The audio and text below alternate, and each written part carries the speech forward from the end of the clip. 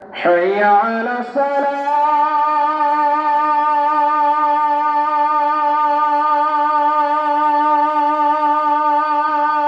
السلام عليكم ورحمة الله وبركاته. إن الحمد لله الصلاة والسلام على من لا نبي بعده وعلى آله وأصحابه ومن والاه. أما بعد، قال الله تعالى في القرآن الكريم: أعوذ بالله من الشيطان الرجيم. بسم الله الرحمن الرحيم. واتل عليهم نبأ ابني آدم بالحق إذ قربا قربانا فتقبل من أحدهما ولم يتقبل من الآخر قال إنما يتقبل الله من المتقين. صدق الله العظيم. সম্মানিত মুআজ্জাজ মুহতারাম মুসল্লিয়ান কেরাম, আল্লাহ তাআলার মেহেরবানি যে আল্লাহ রাব্বুল আলামিন আমাদেরকে যথাসময়ে তার এক ফরজ বিধান আদায় করার জন্য মসজিদে আসার তৌফিক দিয়েছেন, সেই রবের শুকরিয়া আদায় করি। সকলের হৃদয় থেকে বলি আলহামদুলিল্লাহ। আমাদের সামনে একটি বিশেষ ইবাদত আসন্ন, কুরবানি। আল্লাহ তাআলা মুসলমানদেরকে নিরানন্দ অর্থাৎ আনন্দহীন ইসলাম কিন্তু নয়। ইসলাম কিন্তু আনন্দ আছে, বিনোদন আছে। আবার শুধু আনন্দ এটা কিন্তু নয়, বরং ইবাদতের সাথে আনন্দ। তো এমনই একটা পর্ব, এমনই একটা বিধান আমাদের সামনে আসন্ন, ঈদুল আজহা, যেটাকে আমরা বলি কুরবানির ঈদ। আল্লাহ রাব্বুল আলামিন তৌফিক দিলে যে এই কুরবানির ইতিহাস এবং ঐতিহ্য সম্পর্কে কোরআন এবং হাদিসের দৃষ্টিকোণ থেকে কিছু কথা বলার চেষ্টা করব। ওয়া মা তাওফীকি ইল্লা বিল্লাহ। মুহতারাম হাজিরিন, ঈদ যেটা নাকি বারবার আসে, ঈদ মানে আনন্দ, ঈদ মানে হলো বারবার আসা। আর কুরবানি শব্দটা আসলে কুরবুন থেকে আসছে। কুরবুন মানে হলো তাকাররুব ইলাল্লাহ, আল্লাহ তাআলার নৈকট্য, আল্লাহ তাআলার সান্নিধ্য পাওয়া। যেহেতু এই পশু জবাইয়ের মাধ্যমে আল্লাহ তাআলার নৈকট্য লাভ অর্জন হয় বিধায় এটাকে নাম করা হয়েছে কুরবানি। কোরআন এবং হাদিসের ভিতরে এই কুরবানির কয়েকটা শব্দ পাওয়া যায়। একটা শব্দ পাওয়া যায় কুরবান, যেটা আদম আলাইহিস সালামের সন্তান হাবিল এবং কাবিলের ঘটনার সাথে জড়িত। ওয়াতলু আলাইহিম নাবা আবনাই আদম বিল হক ইয কাররাবা কুরবানান, এই কুরবান শব্দটা এখানে আসছে। আর একটা শব্দ আসছে নাহার। সূরাতুল কাউসার সবচেয়ে ছোট সূরা, ইন্না আ'তাইনাকাল কাউসার ফাসাল্লি লিরাব্বিকা ওয়ানহার, আপনি আপনার রবের সন্তুষ্টির জন্য কুরবানি করুন। এই একটা শব্দ আসছে। আর একটা শব্দ আসছে হলো নুসুক। কুল ইন্না সালাতি ওয়া নুসুকি ওয়া মাহইয়ায়া ওয়া মামাতি লিল্লাহি রাব্বিল আলামিন। হে নবী, আপনি বলে দিন, আমার নামাজ, আমার কুরবানি, আমার জীবন, আমার মৃত্যু, সকল কিছু আল্লাহ তাআলার জন্য। ওয়া লিকুল্লি উম্মাতিন জাআলনা মানসাকান, প্রত্যেকটা উম্মতের জন্য কি আছে? বিধান আছে, কুরবানির বিধান আছে। আর একটা শব্দ আসছে উযহিয়া। আমরা ঈদুল আজহা বলি, আজহিয়াতুন। হাদিসে আসছে, সাহাবায়ে কেরাম জিজ্ঞাসা করছেন, মা হাযিহিল আযওয়াহি ইয়া রাসূলুল্লাহ, এই যে কুরবানি, এটার বিধানটা কি? তখন আল্লাহ রাসূল সাল্লাল্লাহু আলাইহি ওয়াসাল্লাম বর্ণনা করেছেন, সুন্নাতু আবিকুম ইব্রাহিম, এটা তোমাদের পিতা ইব্রাহিম আলাইহিস সালাতু ওয়াসসালামের সুন্নত। কুরবানির এই চারটি শব্দ বিধান আসছে: নুসুক, নাহার, কুরবান, উযহিয়া। আর পরিভাষায় হলো আল্লাহ তাআলার সন্তুষ্টি অর্জন করার জন্য নির্দিষ্ট দিনে, নির্দিষ্ট সময়ে, নির্দিষ্ট পশু, নির্দিষ্ট পদ্ধতিতে কুরবানি করা, জবাই করা নির্দিষ্ট পশুকে কুরবানি করাটাই হলো কুরবানি। এই কুরবানিটা আমরা যেটা করি এটা ইব্রাহিম আলাইহিস সালাতু ওয়াস সালামের সাথে একটা সম্পৃক্ত ইতিহাস আছে। ইব্রাহিম আলাইহিস সালাম কিন্তু আমাদের মিল্লাতু আবিকুম ইব্রাহিম, আমাদের জাতির পিতা। তো ইব্রাহিম আলাইহিস সালাতু ওয়াস সালাম দীর্ঘদিন নিঃসন্তান ছিলেন। যখন তার ৮৬ বছর বয়স তখন তাকে সুসংবাদ দেওয়া হয় একটা সুসন্তানের।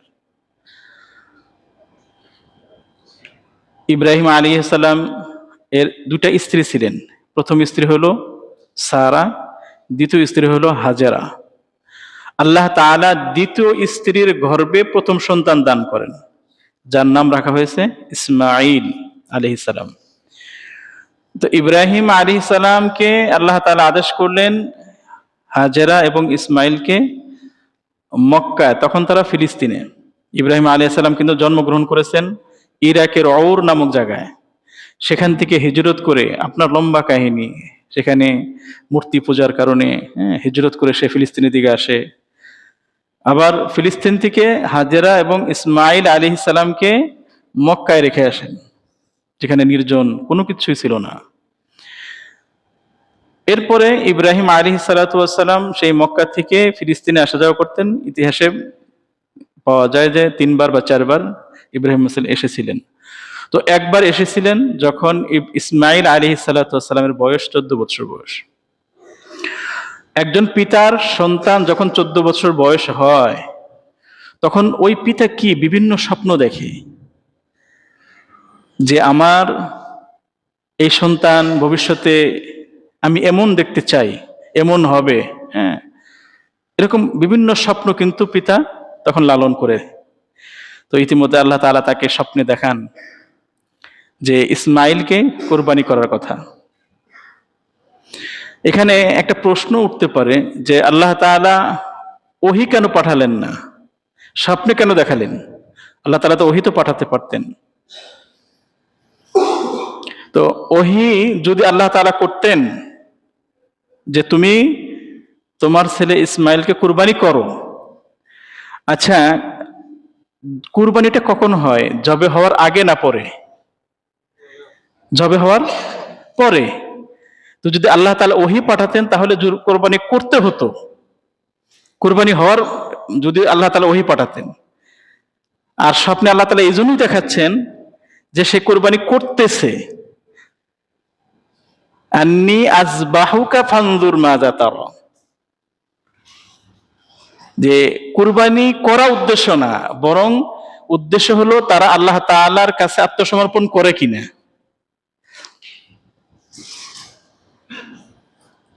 তো ইব্রাহিম আলাইহিস সালাতু ওয়াস সালাম সে কিন্তু নিজের এই প্রিয় পুত্র, তখন কিন্তু অন্য কোনো সন্তান নেই।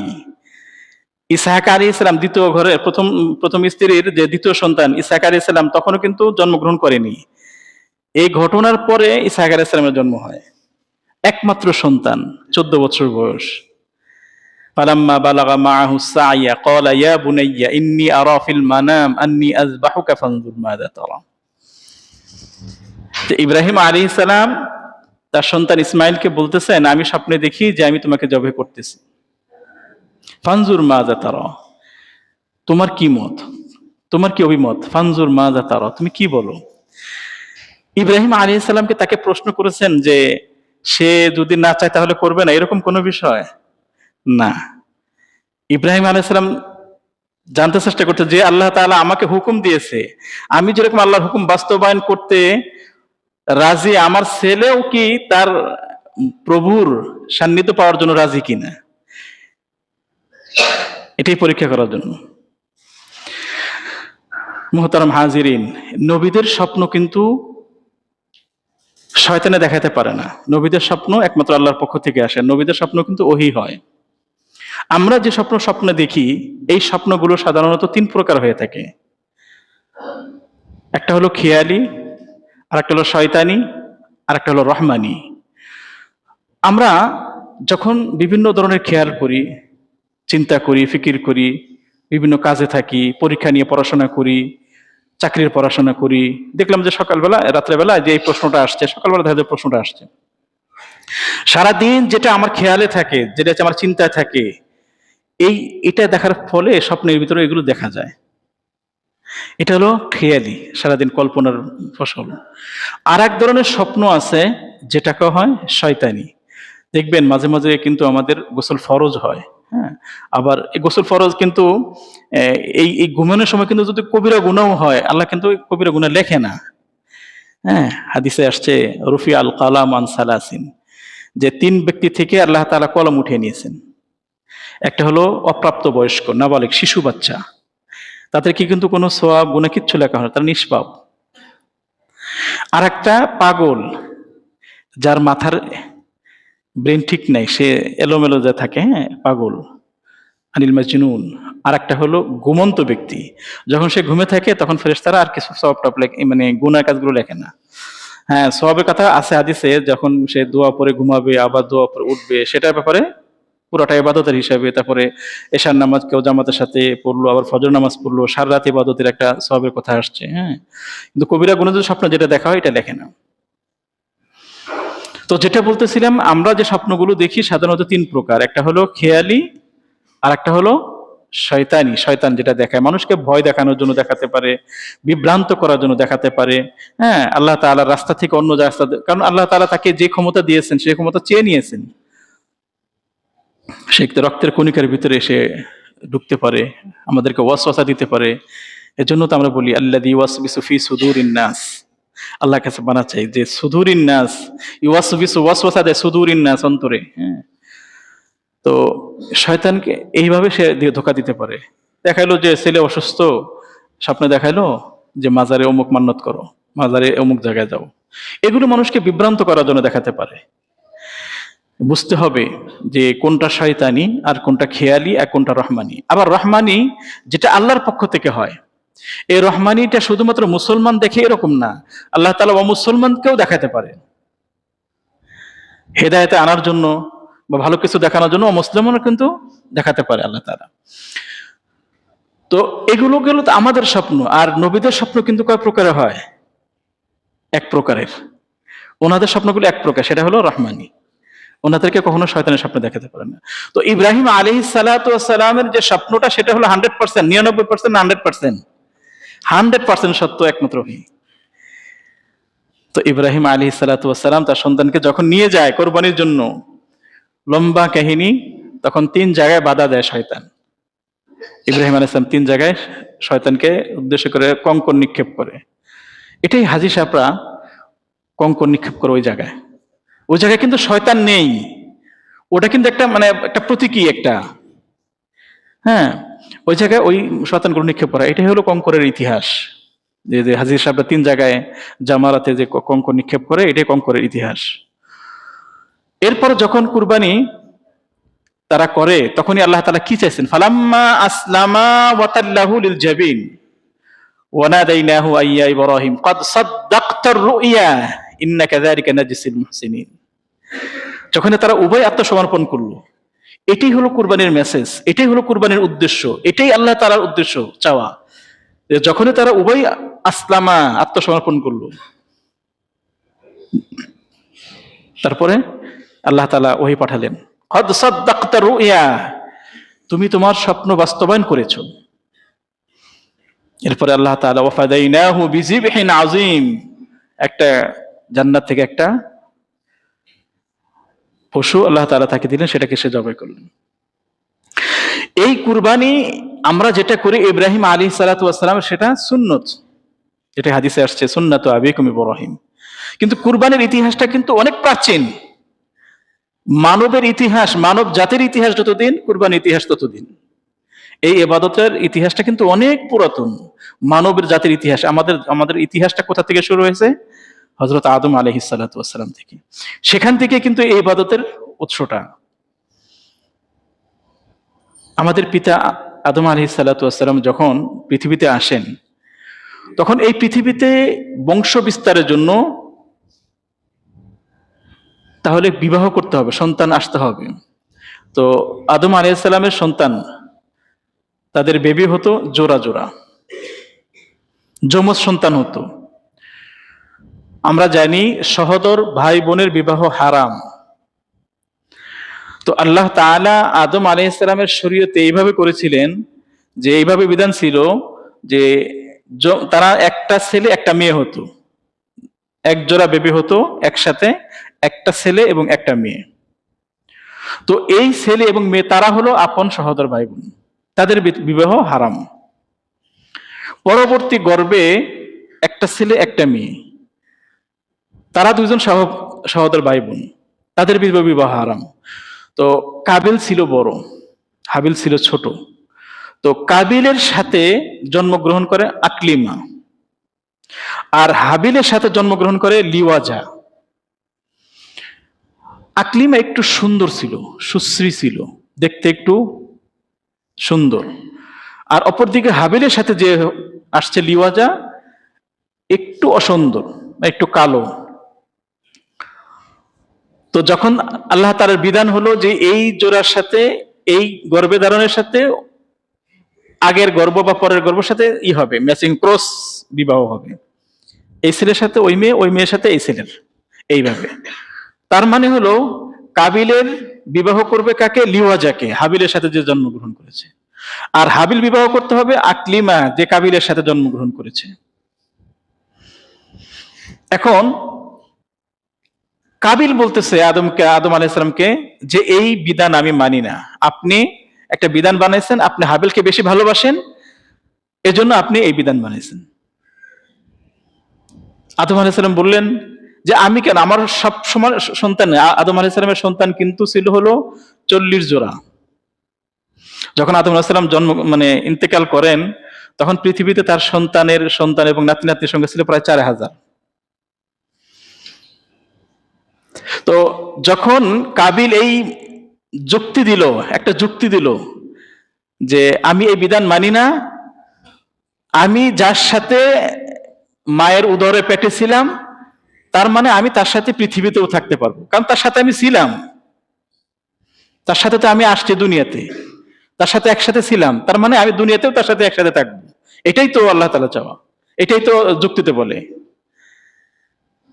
তো এই সমস্যার সমাধান করতে যে আল্লাহ তাআলার পক্ষ থেকে একটা বিধান দিলেন, বললেন যে তোমরা উভয় কুরবানি করো, আল্লাহ তাআলার কাছে কিছু নজরানা পেশ করো। তো হাবিল ছিল হলো মেষ পালক, তার মেষেরই ছিল ভেড়া, সে একটা সুন্দর ভেড়া নিয়ে আসে। আর কাবিল ছিল কৃষক, সে নিম্নমানের কিছু খাদ্যশস্য নিয়ে আসে। আর তখন বিধান ছিল যে কোন কুরবানি, যে কুরবানির কবুল করা হয়, সেটা আল্লাহ তাআলার পক্ষ থেকে আসমান থেকে আগুন এসে ওটা জ্বালিয়ে দেয়। যেটা জ্বালিয়ে দেওয়া হয় সেটাকে আল্লাহ তাআলা কবুল করছেন, এটা তার সাইন থাকতো, চিহ্ন থাকতো, এটা আলামত থাকতো যে ওর কুরবানিটা কবুল হয়েছে। বর্তমানে কিন্তু এই নাই। এখন কিন্তু আমরা আগে কিন্তু খাবারের বিধান ছিল না, জায়েজ, যে আমরা যেটা পশু কোরবানি করি ওটা আমরা খাই। হ্যাঁ, আগে কিন্তু এটা ছিল না, এরকম সিস্টেম ছিল না। আল্লাহর পক্ষ থেকে আগুন আসতো, যারটা কবুল হতো। এখন আমরা যদি বলি যে আল্লাহ তাআলা যদি এই বিধানটা এখন রাখতো কত না ভালো হতো, তো বুঝতে পারতাম যে আমার কুরবানিটা কবুল হয়েছে কিনা, তাই না? অনেক সুন্দর হতো না যে আমার কুরবানিটা কবুল হয়েছে কিনা, আমরা বুঝতে পারতাম। আল্লাহ তাআলার মেহেরবানি, আল্লাহ তাআলা অফুরন্ত নিয়ামত যে আল্লাহ তাআলা এটা রাখে নাই। তা না হলে যে আমাদের গুনাহ, আমাদের তাকওয়া যাদের নাই, এই ভয়ে তো আমরা কুরবানি করা ছেড়ে দিতাম। আল্লাহ তাআলার মেহেরবানি যে এটাকে এখন রাখে নেই, আল্লাহ তাআলা এটা গোপন রেখেছেন। তো যখন হাবিলের কুরবানি কবুল করা হলো, তখন কাবিল বলতেছে যে ইতিমধ্যে কিন্তু এই বিধান দিয়ে আদম আলাইহিস সালাম চলে গেছেন মক্কায়, আল্লাহ তাআলার নির্দেশে মক্কায়, বাইতুল্লাহতে। তো কাবিল হাবিলকে বলতেছে যে আমার কুরবানি কবুল হয় না, তোর কারণে হয়নি, তোকে আমি মেরে ফেলবো আমি। ইদ ক্বাররাবা কুরবানান ফাতুকবিলা মিন আহাদিহিমা ওয়া লাম ইতাকাব্বাল মিনাল আখার। একজনের কবুল হয়েছে, হাবিলেরটা কবুল হয়েছে, কাবিলেরটা কবুল হয়নি। এখন কাবিল তো করতেছে আমি তোকে হত্যা করব, আমি তোকে মেরে ফেলবো, লা আকতুলান্নাক। এখন হাবিল বেচারা বলল যে আমার কি দোষ এখানে, কারণ আমি তো আসছি তাকওয়া নিয়ে, আমি তো আসছি আল্লাহ তাআলার বিধান মানার জন্য। আর দুনিয়াতে যারা আল্লাহ তাআলার বিধান মানবে, আল্লাহ তাআলার ওয়াদা মতো চলবে, আল্লাহ তাআলা তার আমলগুলো কবুল করবেন। এটাই হাবিল বলল। ইন্নামা ইয়াতাকাব্বালুল্লাহু মিনাল মুত্তাকিন, যে আল্লাহ তাআলা তো কেবল মুত্তাকিদের ইবাদত কবুল করেন, মুত্তাকিদের আমল কবুল করেন। হাদিসে আসছে ইন্নাল্লাহা লা ইয়ানজুরু ইলা আজসাদিকুম ওয়ালা ইলা সুওয়ারিকুম ওয়া আমওয়ালিকুম ওয়ালাকিন ইয়ানজুরু ইলা কুলুবিকুম ওয়া আমালিকুম। আল্লাহ তাআলা তোমাদের চেহারা দেখেন না, তোমাদের শরীর দেখেন না, তোমাদের সম্পদ দেখেন না। আল্লাহ তাআলা কি দেখেন? তোমাদের অন্তর দেখেন। ওয়া আমালিকুম, তোমাদের আমল দেখেন। তো হাবিল তো বললো যে ইন্নামা তাকাব্বালুল্লাহু মিনাল মুত্তাকিন, এখানে তো আমার কোনো দোষ নেই, আমি জানি না। এরপরে হাবিলকে হত্যা করেন।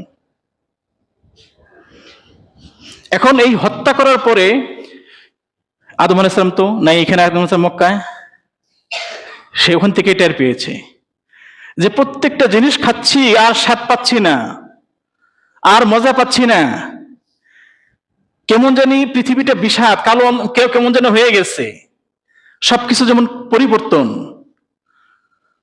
তখন মুহতারাম হাজিরিন, এটা একটা জঘন্যতম অপরাধ, অন্যায়ভাবে কাউকে হত্যা করা। এখানে অনেক মুরব্বী আছেন, তাদেরকে জিজ্ঞাসা করেন যে আগে যে পরিমাণ মজা একটা মাছের ভিতরে যেরকম স্বাদ ছিল, সেই স্বাদ কিন্তু এখন নাই। কারণ দুনিয়াতে কি পাপের বোঝা কি কমছে না বাড়ছে? হত্যাকাণ্ড কমছে না বাড়ছে? আপনার মনে হয় জানেন না নাকি? হত্যাকাণ্ড বাড়ছে। আর এই বাড়ার কারণে আল্লাহ তাআলা এই সমস্ত জিনিসের মজা স্বাদগুলো উঠে নিয়েছেন। এটার প্রভাব পড়ে। অন্যায়, অপরাধ, হত্যা, এগুলোর পাপের একটা প্রভাব দুনিয়াতে পড়ে যায়।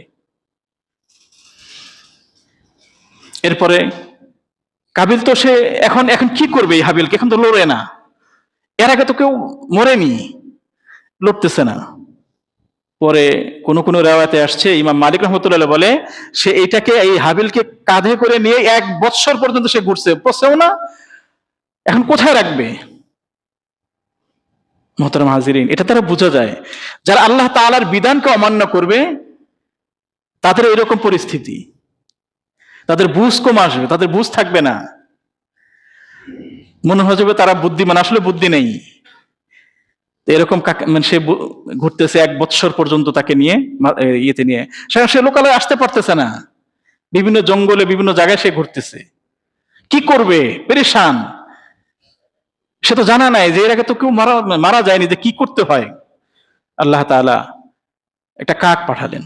ফাবাআসাল্লাহু গুরাবান ইয়াবহাসু ফিল আরদি লিউরিয়াহু কাইফা ইওয়ারি সাওআতা আখি। আল্লাহ তাআলাকে কাক পাঠালেন। একটা কাক আর একটা কাককে মেরে ওই মাটিগুলো, সে কাক দেখবেন খাবারগুলো সে লুকায়, সে ওই কাকগুলো করার জন্য মাটিগুলো খুঁড়ে ওই কাকটাকে দিয়ে আবার মাটি দিয়ে চাপা দেয় দাফনের পদ্ধতি থেকে। তখন কাবিল নিজেকে আফসোস করে বলতেছিল, ইয়া ওয়াইলাতা আ'জাজতু আন আকুনা মিসলা হাযাল গুরাবি ফাওয়ারিয়া সাওআতা আখি। হায় আফসোস, আমার তো কাকার মতো বুদ্ধিও নেই, কাকের যে বুদ্ধি আছে সে বুদ্ধি তো আমারও নেই। এজন্য যারা পাপ করবে তাদের মতো কিন্তু এই কাকের মতোই বুদ্ধি থাকবে না। এই ইতিহাস থেকে কিন্তু এখানে কুরবানি, এখানে কিন্তু কিছু পারিবারিক শিক্ষা আছে মুহতারাম হাজিরিন। দেখেন এখানে আল্লাহ তাআলা কিন্তু এই যে কুরবানির যে ইতিহাসটা আদম আলাইহিস সালামের, এটা কিসের কারণে হয়েছে? একটা নারীর কারণে হয়েছে। একটা ভাইয়ের ভিতরে দ্বন্দ্ব হয়েছে। আল্লাহ তাআলা কিন্তু এখানে বলেননি, দেখেন একজন ভাইকে দ্বন্দ্ব হয় না সমাজে, পরিবারে? আপনাদের মনে হয় না, আমাদের এলাকায় হয়, আপনাদের এলাকায় মনে হয় না, হয়। তো ভাই দ্বন্দ্ব হয়, বিভিন্ন কারণে হয়, নারীর কারণেও হয়, বা অন্যান্য কারণে, হিংসার কারণে হয়। হিংসা সে জ্বলতেছে যে কাবিল, হিংসা যে সে কেন সুন্দরীটা পাবে, এজন্য ভাই দ্বন্দ্ব হয়, সম্পদ নিয়ে দ্বন্দ্ব হয়, হিংসার কারণে দ্বন্দ্ব হয়, অন্যান্য কারণে দ্বন্দ্ব হয়। এই দ্বন্দ্ব হলে কি করতে হয়? হাবিল কি করেছে? কাবিল তো বলেছে লা আকতুলান্নাক, আমি তো তোকে মেরে ফেলবো। হাবিল বলেছেন লাইম বাসাত্তা ইলাইয়া যাকা লিতাকতুলানি মা আনা বিবাসিতি ইয়াদিয়া ইলাইকা লিআকতুলাক ইন্নী আখাফুল্লাহ রাব্বাল আলামিন। তুমি আমাকে মারার জন্য হাত প্রসারিত করলে আমি তোমাকে মারার জন্য হাত প্রসারিত করব না, কারণ আমি আল্লাহ তাআলাকে ভয় পাই। মোহতারাম হাজিরিন, ভাই ভাই কখনো ঝগড়া লাগলে ধৈর্য ধারণ করতে হয়। এটাকে আল্লাহ তাআলা শিক্ষা দিয়েছেন। দুই ভাইয়ের ভিতরে কিন্তু হাবিল কি করেছেন? ধৈর্য ধারণ করেছেন। বলছেন আমি তোমাকে মারার জন্য হাত প্রসারিত করব না।